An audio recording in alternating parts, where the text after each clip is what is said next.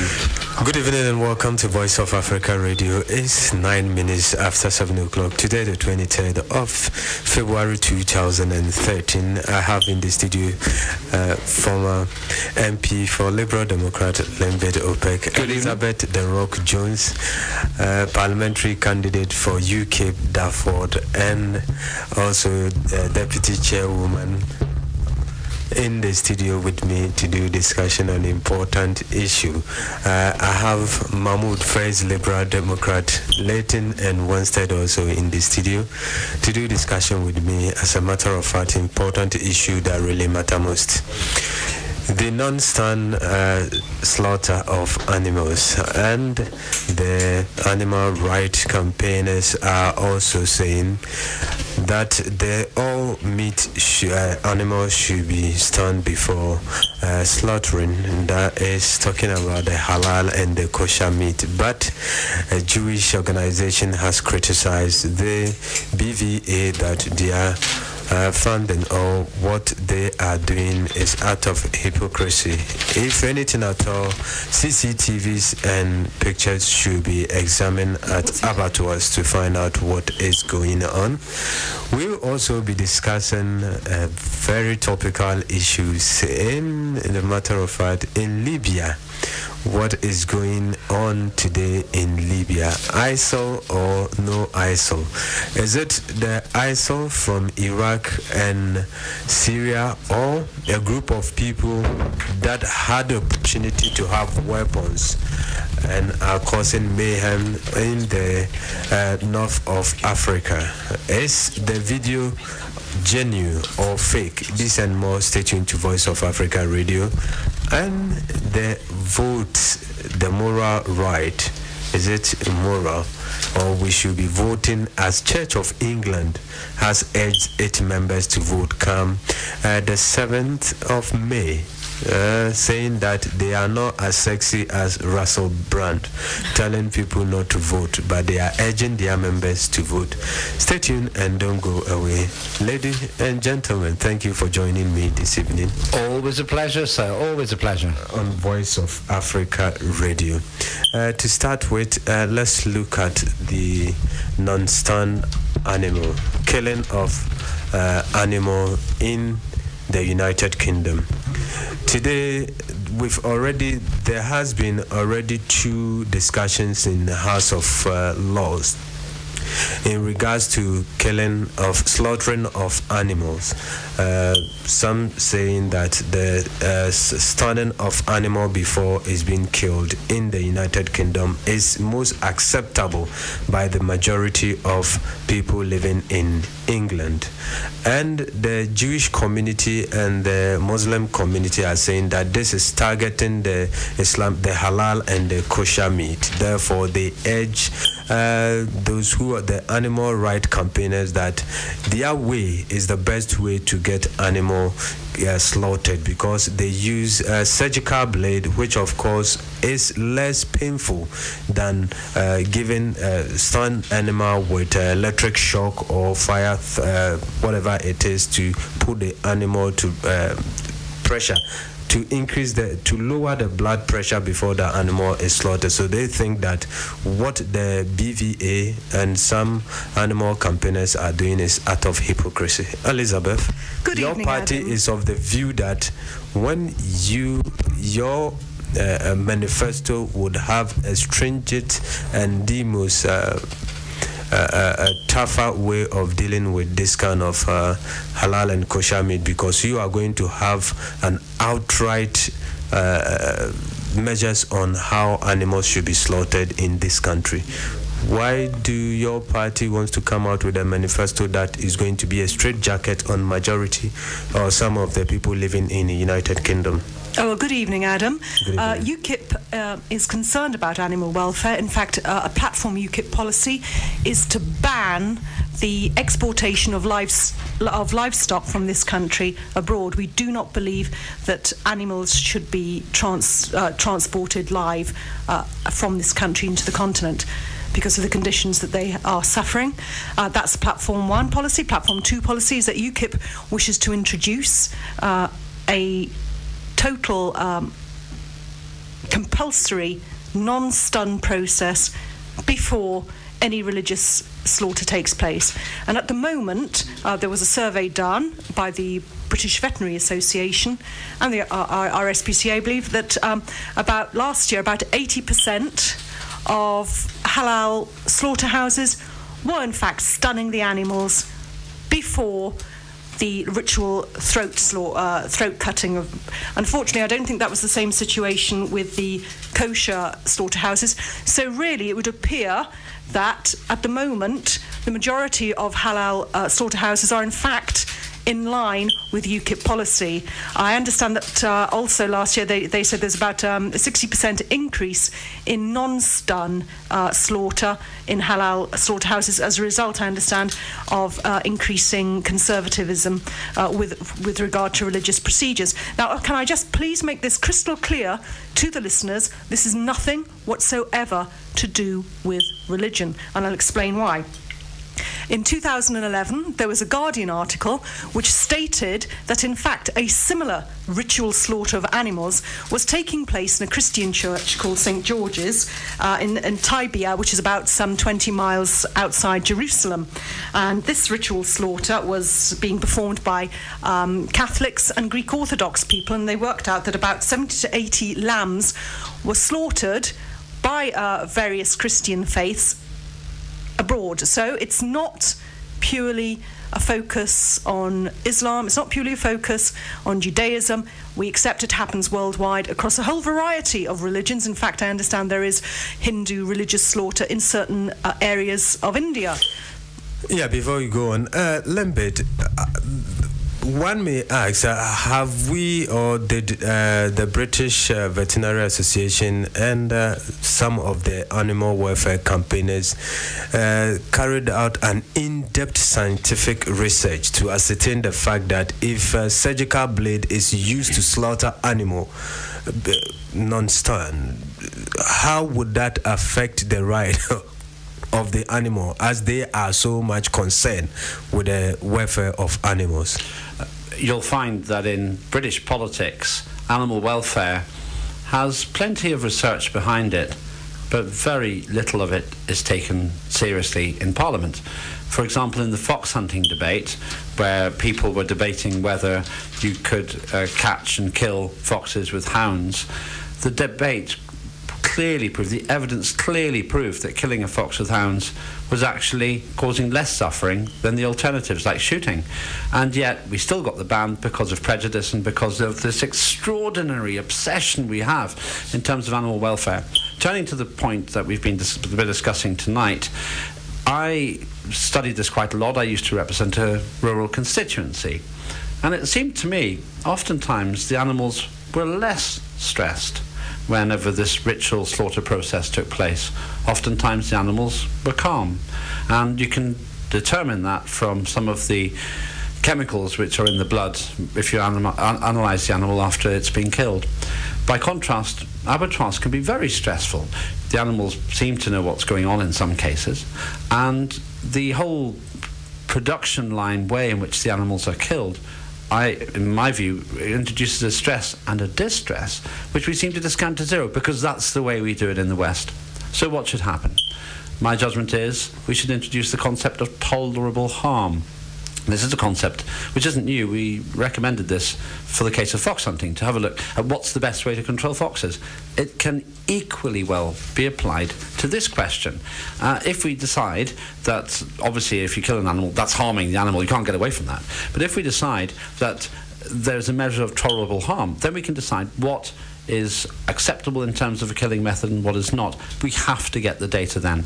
So in conclusion, the research is there. My opinion is that actually the ritual slaughter isn't necessarily worse than the alternatives, but this debate always ends up with people shouting their feelings rather than discussing the facts. Mahmoud, BVA put out this series of documentary done where a slaughterhouse, an operative in a slaughterhouse hacked and sawn the throat of an animal, which they think is very bad. It was very bad, and it was causing a lot of stress to the animal. You being a Muslim that believe in halal, do you practice such slaughter by hacking and sawing the throat of an animal before? Good evening, Adam, and thank you for having me on the radio. It's, as you say, I'm Muslim, so I'm a little bit more, have looked into this issue. There was a very popular radio station that had a phone in along this, and it was amazing how many non-Muslim, the Jewish people actually found to say that they actually ate halal meat as well. And there is a reason behind it, you see.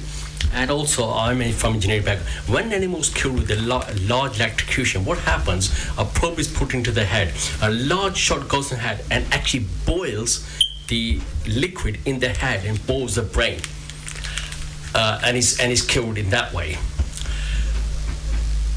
And halal and kosher is not just about killing off the animal. It goes far more than that. Elizabeth touched on briefly on transportation. It's about how the animal was grown, how it was kept, how it's transported, its welfare should all be taken into consideration, and the knife use must be clean, sharp, and with a single stroke it should be cut. So the welfare of the animal is taken quite into consideration, and that's what makes it. Now, why is it important that we should drain the blood? I'll tell you why. 80% of all disease, whether it's human being or animal, is carried within the blood. So when you drain the blood out, you actually take away a lot of the disease. What happens with stunning is as a shock wave, and the nervous system within the brain, the nervous system within the body of the animal actually bursts, and all the chemicals are leaked into the blood. And so a lot of the blood is actually then congealed and becomes solid within it. So if you look at quite often a chicken ring, you open it up, you'll see there's blood sort of stuck in it. That's not halal.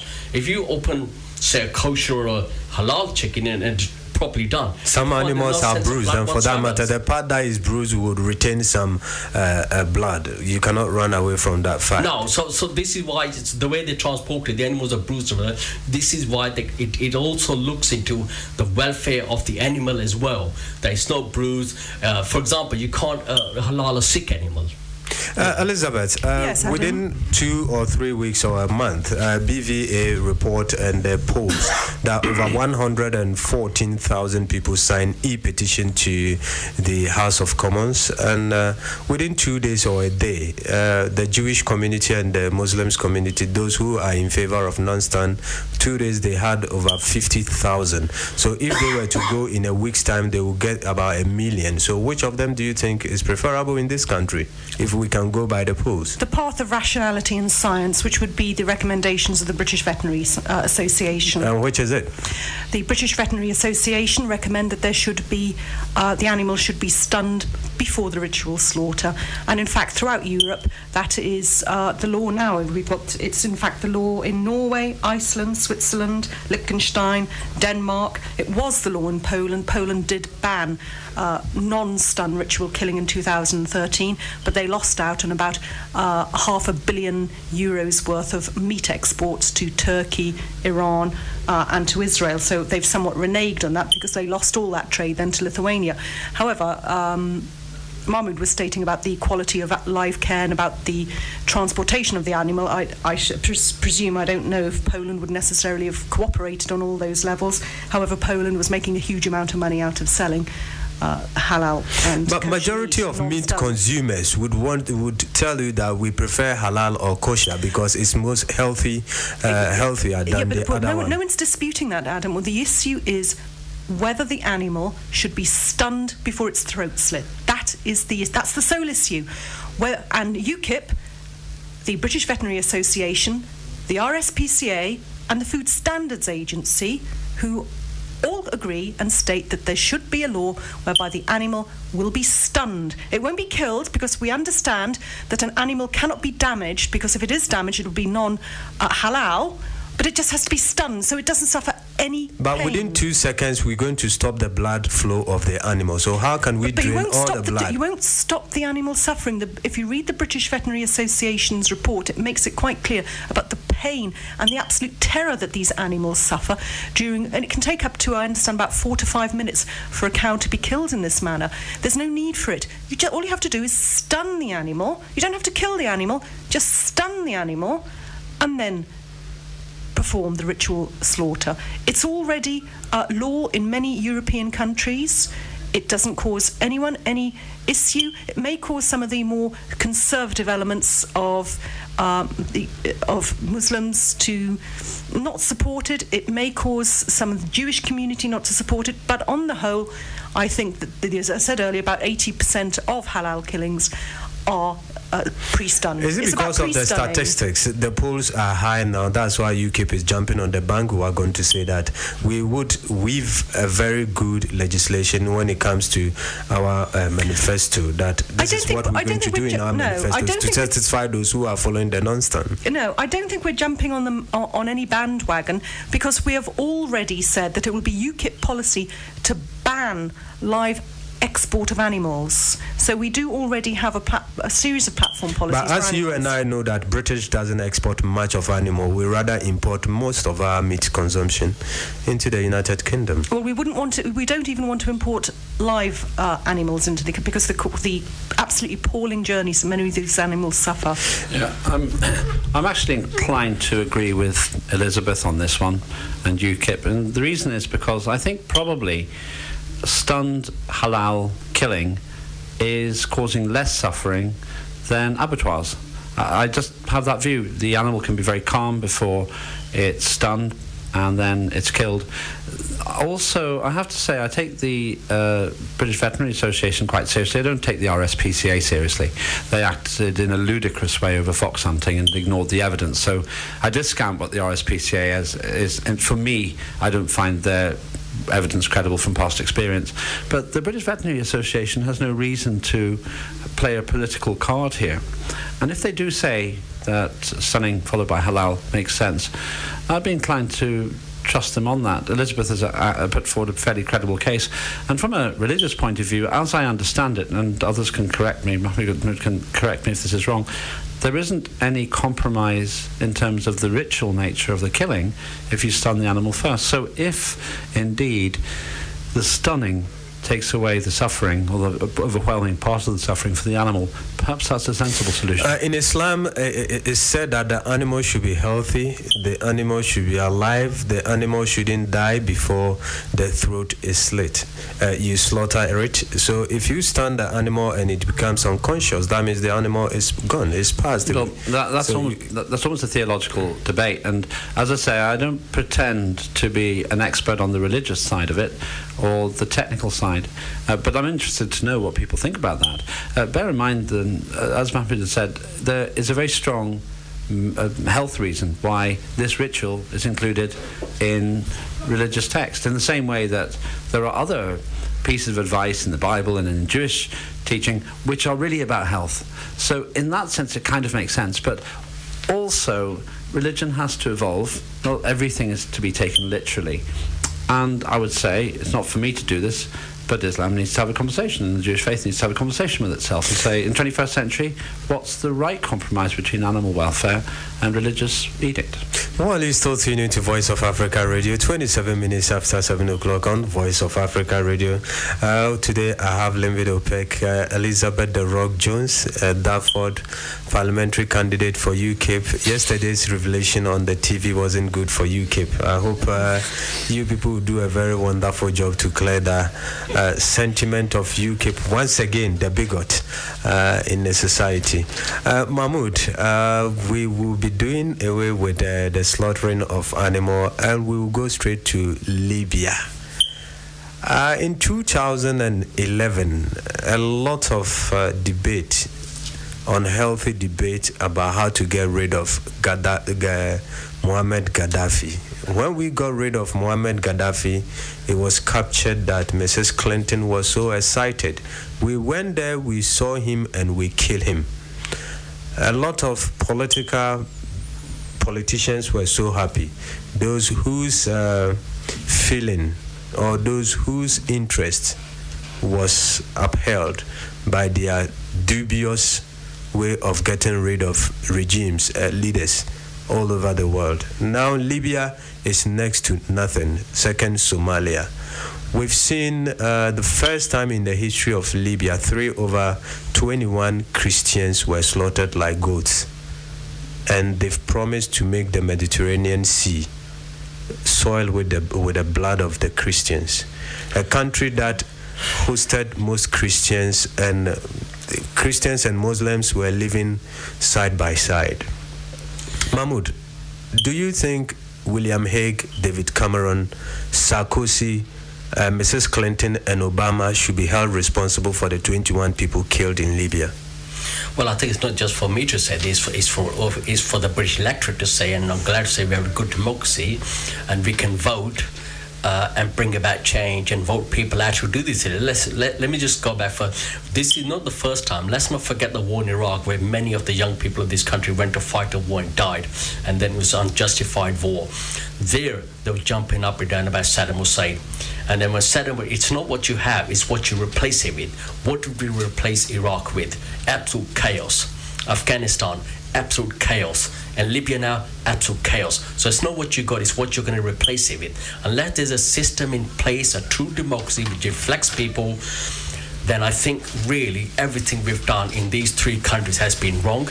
We should never interfere in other countries' politics. I think we should organically let the country sort of develop and bring about democracy that way, rather than think that we Elizabeth, with Libya, we had the support of the UN with the resolution 1973, I think, the resolution that gave the mandate to the NATO to go and protect and defend life in Libya. And now we've got ingrown or homegrown terrorists in Libya who are doing this, and we are linking it to ISIL. That ISIL is there doing that. So what is the political implications of some of these crimes?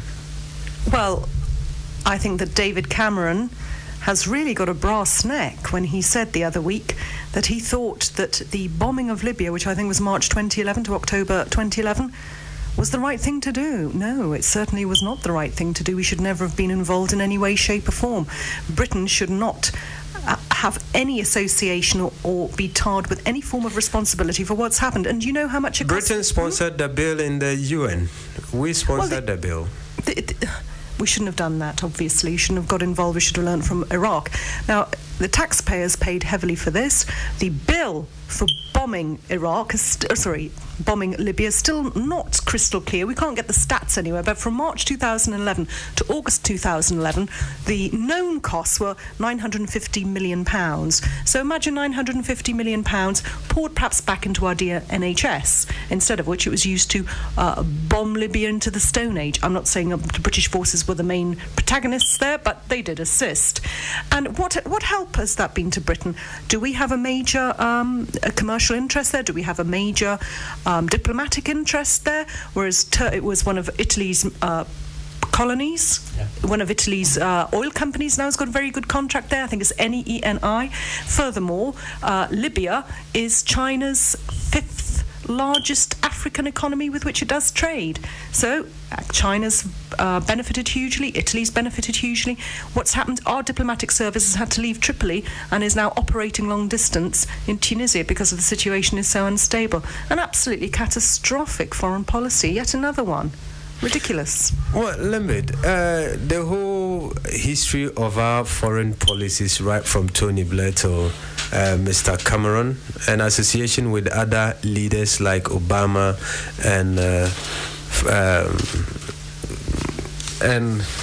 the former French president to go and bomb Libya. Did we consider the consequences after getting rid of Muammar Gaddafi before we started our campaign? Yes, we did, but we considered the consequences in a way which didn't really consider the future properly. What Tony Blair did in Iraq was kind of convince himself that there were weapons of mass destruction, and he tried to prove the future without having the evidence. That's what we did in Libya. We we pictured this idealistic Arab Spring where you get rid of the bad guys and have friendly Western governments instead who'll give us the oil and who'll have nice democracies, well, for cheap anyway, maybe not for free, but for cheap. And then we went in and bombed the place, like Elizabeth says. Well, I'm not surprised it's all gone wrong, because it was an amazingly naive and uninformed and frankly superficial analysis. I work quite a lot with, for example, some Middle Eastern channels, and it's perfectly obvious that we're still doing it. For example, with ISIL, the big enemy, number one enemy of the West, we were involved in arming it and training it, as far as I can understand it, because we thought they would get rid of bad President Assad.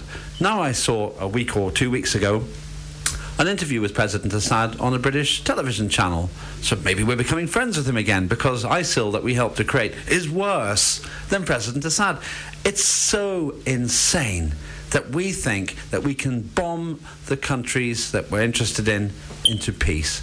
When you bomb countries, but you create war and resentment. Who would argue that those ISIL, the so-called ISIL supporters in Libya, who killed over 21 Coptic Christians from Egypt, had their weapon from the Western world, because we flooded Libya with weapons to fight Muammar Gaddafi? So wouldn't it be some of the weapons that we gave them? Quite possibly. They're now using it on us. I'm agreeing with your question. I think you have a unanimous panel tonight on this one, because it's. I was making programs about this a year ago, 18 months ago, I think, saying if we back the Libyan rebels, we're actually backing the same people we're fighting in Afghanistan.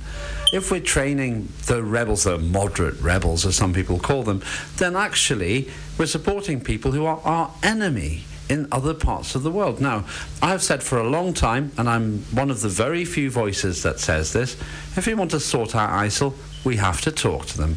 You may not like the idea of it. It may seem like a terrible concept to talk to such a violent grouping, but we're not going to bomb them out of existence, because every time we go and bomb civilian areas, there's collateral damage. In other words, civilians get killed, and then they hate us even more. That's one reason it's been such a total disaster, no-win situation in Afghanistan. Very soon, Afghanistan will be just as it was before, because we didn't have an exit strategy, and we didn't make any serious investment in Afghanistan many years ago, when we actually trained the beginning of Al-Qaeda, the Mujahideen, to fight the Russians. So, as Mahmoud said as well, we just repeat the same problem again and again and again. And where we're going to end up? Instability. It's only good fortune that the West has more guns than the Middle East. Imagine if these countries took the same attitude towards Britain. They'd say, well, we don't really like what Britain's doing, so we're going to sponsor a revolution. Here's some guns, we'll train you, good luck, go down to Westminster. And that's what we've done. It just looks different because we see it through a British media filter. Well, Elizabeth, some linguistic experts in the United States of America and some film experts have seen the video, they've criticized it, and they've said some of the footages were wrong and some of them were fake. They don't believe it's not authentic, that they believe those killings were done on the Mediterranean Sea in Libya. And some were saying that Jihadi James, the one leading the killing, is speaking like American. And the question is, people are asking that, is he an American trained who is in Libya doing this kind of I don't think that's the case. What? If you follow the life and times of Jihadi John on Twitter, there is a photograph going around on Twitter that shows that he's dead. But I've never seen Jihadi John. All we've seen is that mount of him. So, but they think he's dead. Now, the man who actually was speaking during the course of the slaughter did not have a British accent. He did not have an American accent. But linguistics expert in America are saying that he's got an American accent. No, he doesn't have an American accent. He has a Soviet English accent. He's obviously from the Soviet republics and has learned English via the Soviet system, which is often Americanized English. So he could well be a Chechen. We just don't know. I don't think he's British. He's a completely different shape, build, look from the Jihadi John character. I'm sure that the killings are authentic, and I'm confident that they did happen where they said they did happen. But what I find very amusing, well, insofar as we can use amusement in a situation like this, is the American regime reaction. We have the Navy Rear Admiral John Kirby complaining that Egypt shouldn't have dared to go on and bomb Islamic State, and certainly shouldn't have done it without telling the Americans first, and that Egypt shouldn't ever use violence against Islamic State, and we should negotiate and install proper governmental practices with Islamic State, which I thought was extraordinarily patronising toward Egypt. Let us not forget that Egypt has suffered some very serious terrorism, and Libya obviously so close to Egypt. Of course, Egypt needs to take action to protect itself. Now, from what the American experts and Navy is saying, the press is also dancing the same tune, that if it comes that the video footage was tampered with, then that would embarrass Al-Sisi's government, that they've killed some people who are not ISIL but are also terrorist organizations in Libya. I don't think it's been tampered with. I really don't think it's been tampered with. That is what the American media has started now. It's another campaign to justify whatever they want to do to support their government of it's not ISIL and we have to negotiate with ISIL in Libya. We have to negotiate with ISIL in Libya and kill ISIL in Syria. But who's the real winner in all of this? Who do you think is the real winner? Who saw an opportunity and got in there fast? Putin. Who came over, had a lovely meeting with El-Sisi, had a lovely evening at the opera, and had a lot of talks, and a lot of arms deals took place. He saw an opportunity, came straight over, didn't he? He's a clever man. Well, I would go further than that. I actually think when people go, oh, Putin, don't say anything positive about him, he's actually really popular in Russia. He has given Russia a lot of pride.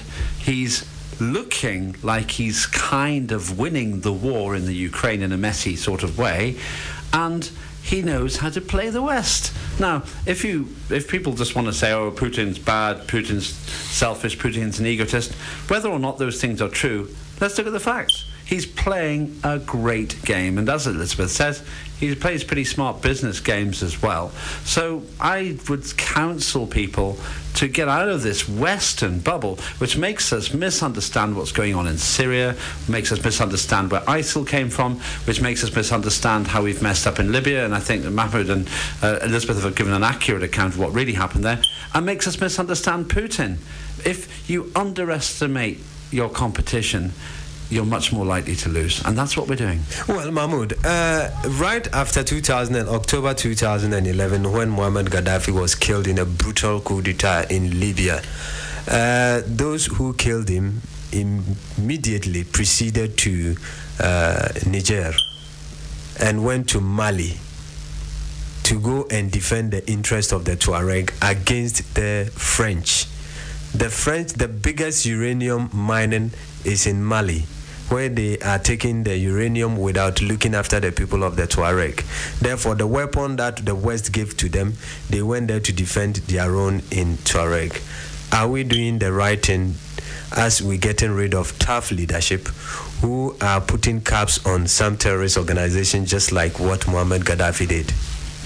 Oh, I mean, I was not a fan of Muammar Gaddafi, but as you say, there were some benefits, and I'd much rather see a organically homegrown democracy that would develop from there. You mentioned people of Tuareg who are actually fighting independence. The reason is that they're not being looked after. Their country's being pillaged. The country's making lots of money, but they're getting very little for it. As soon as France's uranium was under threat, France went in there to look after interests. So with all of these wars, there's an underlying message that money talks and large corporations talk. And out of all of these conflicts, the only people benefiting are the arms suppliers. Well, Elizabeth, yes, Muammar Gaddafi also stated that he would, after he's no more, Europe will be flooded. And today we are seeing in Italy, the media is saying that ISIL has promised to send over 500,000 migrants into Europe. Well, I think this is entirely predictable, and it would be a very intelligent military strategy for Islamic State to pursue. Of course, what with the current very liberal and porous borders approach of the EU. We will have to accept, well, Britain may not, but of course Italy will have to accept them, work out whether they are deserving of asylum, and then of course they will disperse throughout the whole of Europe. Yes, I'm sure a very, very intelligent strategy. What do we do about it? Well, when we get the boats coming over, we have to give them safe passage and return them from whence they came, so they do not enter Europe. And looking at the most recent raft of travellers coming in from Libya, again, all looked like young, fit men, no women, no children, which would give me a considerable cause for concern as to exactly who they are and why they want to come over to Europe. ISIL is saying that he's going to join in the migrants who will be coming to Europe, and exactly. they will come and that's inevitable. Claim Rome. That is inevitable. Well, going back to 1480, the Battle of Otranto, when the Ottoman Empire tried to take over Rome last time, but failed because 800 men stood their ground but were beheaded for not converting over to Islam. But they stood their ground. Because they stood their ground for a 2-week siege, the Roman army managed to organise and protect. So we have to give great thanks to the great courage of the people of the past. Another way forward could be walls. Indeed, Egypt and Israel have a massive wall, which I understand has kept out a number of undesirables. Egypt and Gaza has a massive wall, again, which keeps out a significant number of undesirables. Do you believe in that artificial walls that has been created in Gaza? It seems to work. Also, there's a massive seizing wall. of people's land to stealing of people's land. There's a massive wall.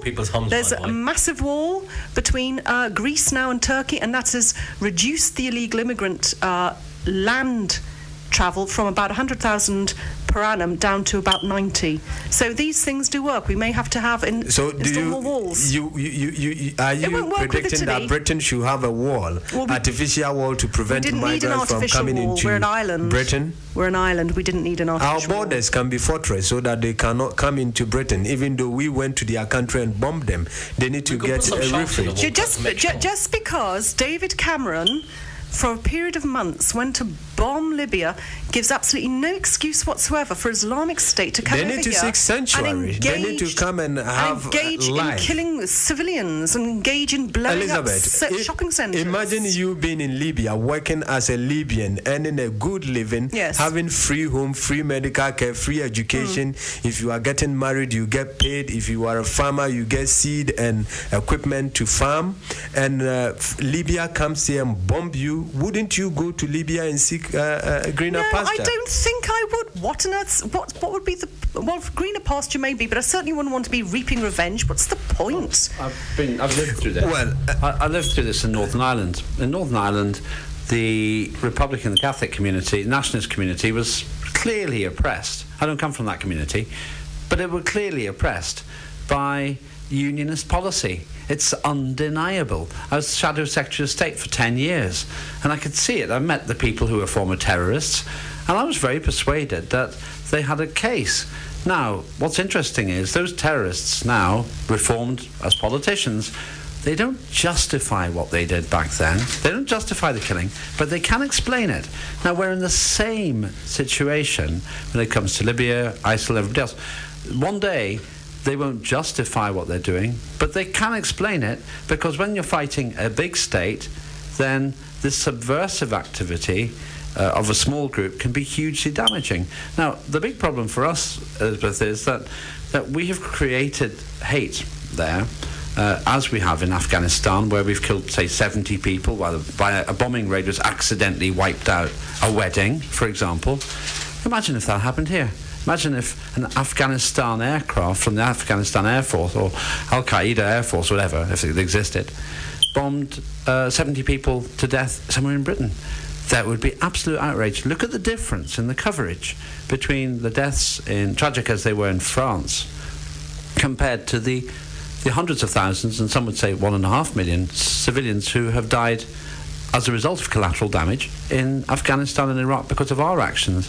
It's asymmetrical as war, it's asymmetrical as reporting. And this is where the hate's coming from. And this is what motivates people to do the wrong thing. Becoming an economic migrant, just like the whole entire economy of Libya is now, it has collapsed. They don't have anything to feed on. Wouldn't we, Britain and France, accept these migrants, seeing as we caused their problems? Well, we didn't cause their problems. Who caused it? Their problems predate Western intervention for many, many, many years. If we look back to Saddam Let's Hussein, look at the current one. Let's look at the current situation in Libya now. Yeah, okay, but there's a significant amount of discord and chaos occurring in these countries long before any Western intervention. I'm not justifying the Western intervention. I'm totally opposed to it. Indeed, UKIP is a non-interventionist party. We do not believe in militarism. We believe in trade. We believe in education. So what should we do to resuscitate the economy of the Libyan people, seeing as now there isn't any security? We don't really need government to. I can be frankly formed think, in Libya Adam, now. we don't really need to do anything. It's a former Italian colony. An Italian oil company's already got a massive Italians contract. did not sponsor the bill in the UN Security Council to go and bomb them. They were involved in militarism, in military action against But they Libya. were not trumpeting it to kill Gaddafi. But they're the ones who are economically benefiting. Eni has a lovely big fat contract now with Libya. Furthermore, China's got a lovely big fat contract with... What's China doing? Let's ask. What is China doing to resuscitate Libya? China has got more people that they want to send abroad than receiving them. So if you want to go to China and work, you are welcome. They will accept you. China can sort it out. China's getting a huge amount of benefit from being in Libya. We are not. China has the infrastructure and the wealth to resolve issues in Libya, and I'm sure that China could install good governance and good trade. So, China, now's your time. I'm very keen to hear what Mahmoud thinks about this, because myself and Elizabeth are hogging the show this evening. No, it's very interesting. Carry on. The great thing is it's a competition of generosity. We're here so often, I suppose it evens out. I think we're good friends. I've already recognised Putin's great strength as a Russian leader. I also think that we need to recognise China's incredibly effective strategic planning. They've got a huge economy, and it's growing so strongly. They are I think the second largest economy in the world. And they are now building their economies outside China. Yeah, and they're buying up Africa. It's really clever move. United States of America, Mexico, Brazil. That's right. In England, and Docklands. They've bought everything in East London. There are some problems. For example, I'm dealing with a case at the moment. A man who flies aerobatic planes, and the planes were damaged, and there was an insurance case, and it hasn't been paid out by the Chinese insurers, and that's messy. So there are still some things that are going wrong, but we'll fix those. And China, with its enormous population, its strategy and its semi-command economy, there is some private enterprise there.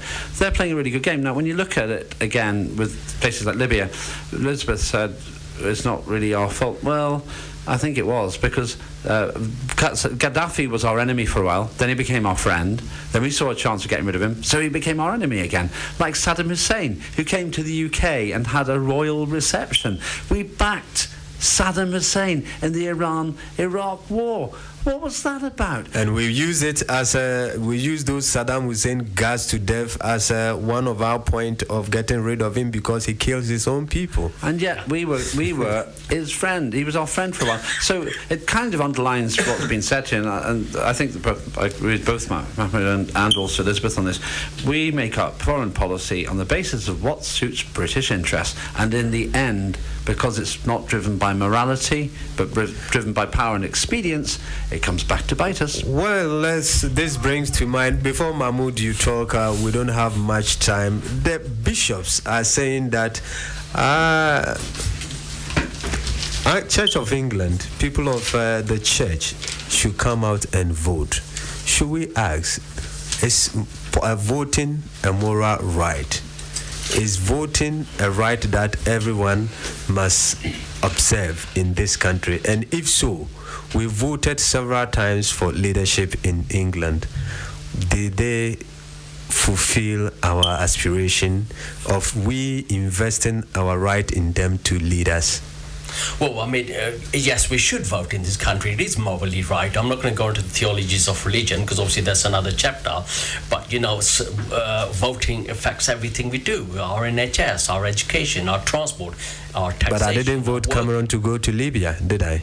No, No. you didn't. And this is why No. sometimes people did not vote for Tony Blair to go into Iraq. And this is why now Tony Blair, some people are asking for him even to be prosecuted for war crimes. I think we have a democracy in this country. We may not agree with everything. What is democracy?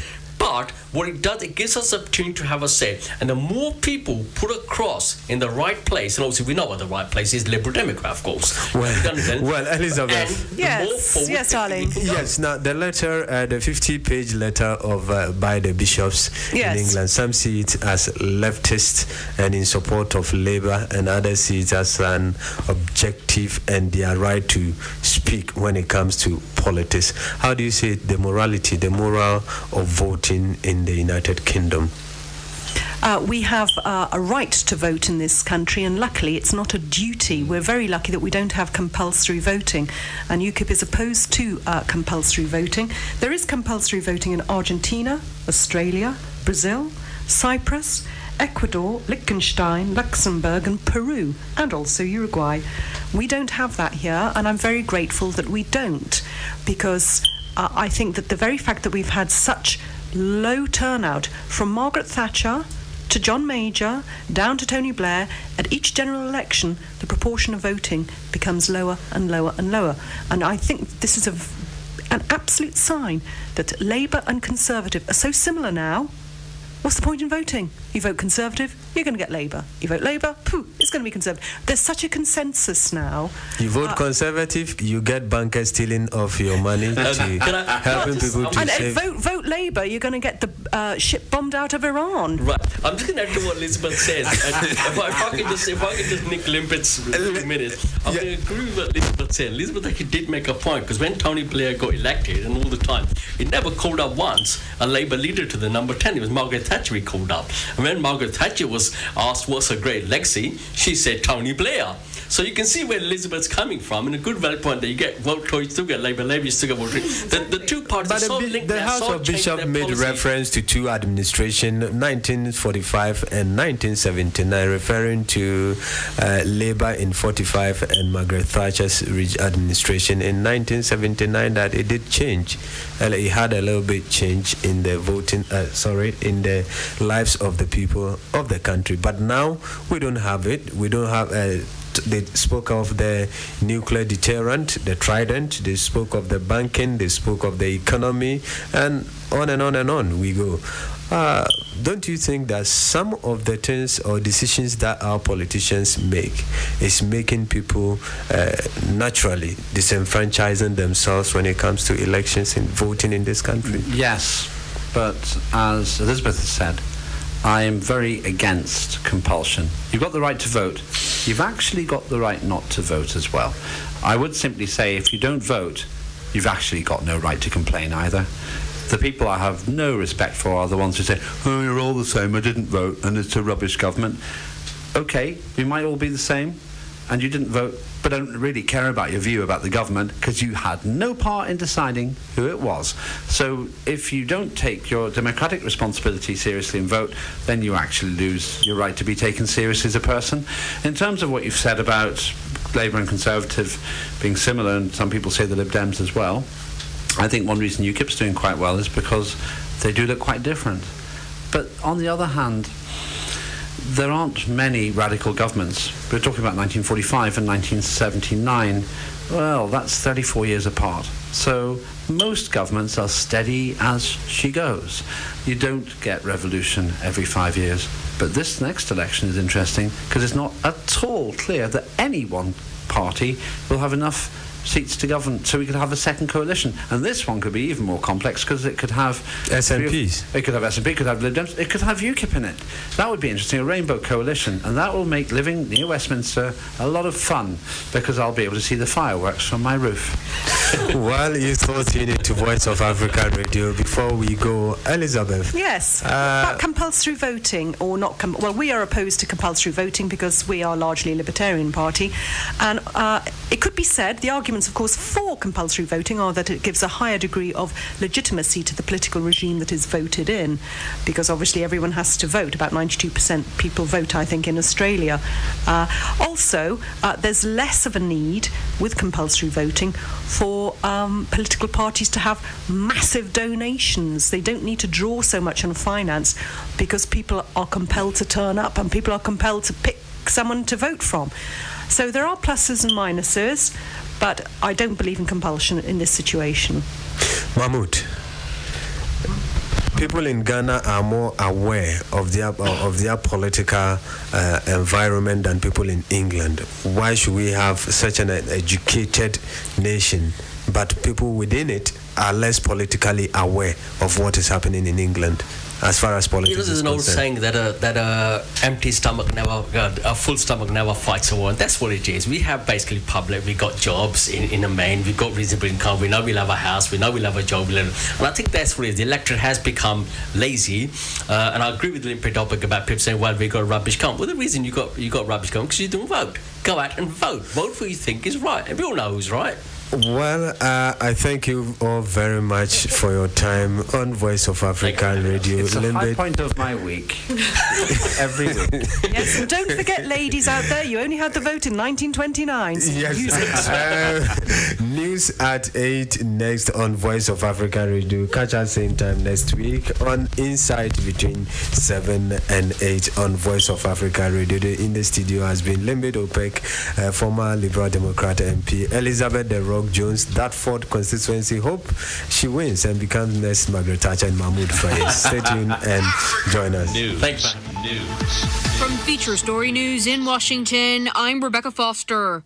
Officials in France have seized the passports of 6 citizens who were allegedly trying to travel to Syria to join the Islamic State.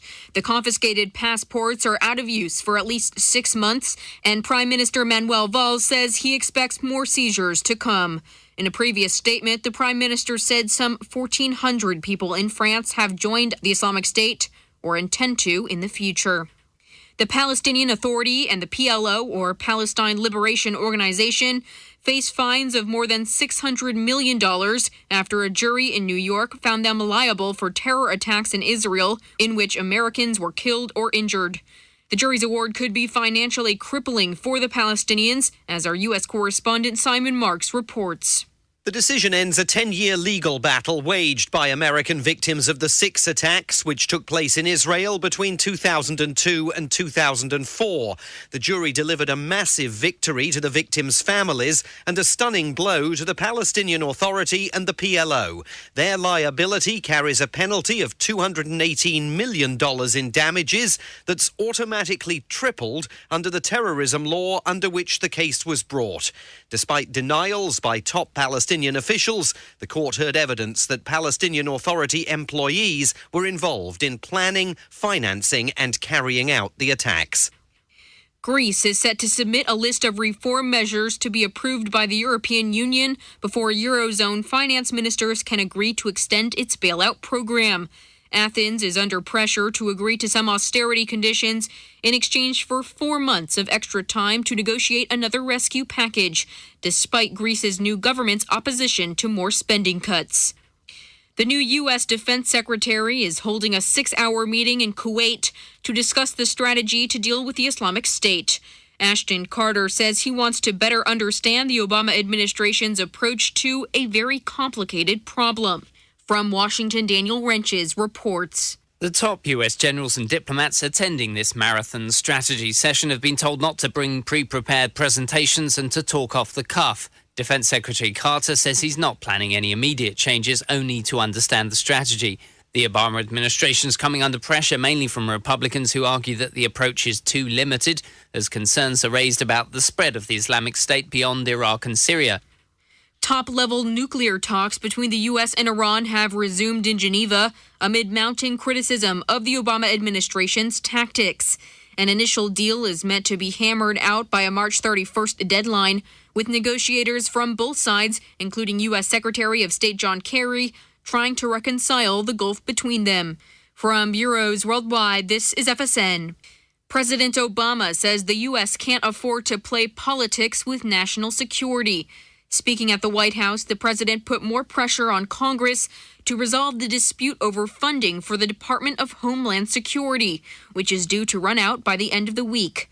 Mr. Obama said jobs and the safety of the American people were on the line. Unless Congress acts, 1 week from now, more than 100,000 DHS employees, Border Patrol, port inspectors, TSA agents will show up to work without getting paid. These are folks who, if they don't have a paycheck, are not going to be able to spend that money in your states. It will have a direct impact on your economy, and it will have a direct impact on America's national security.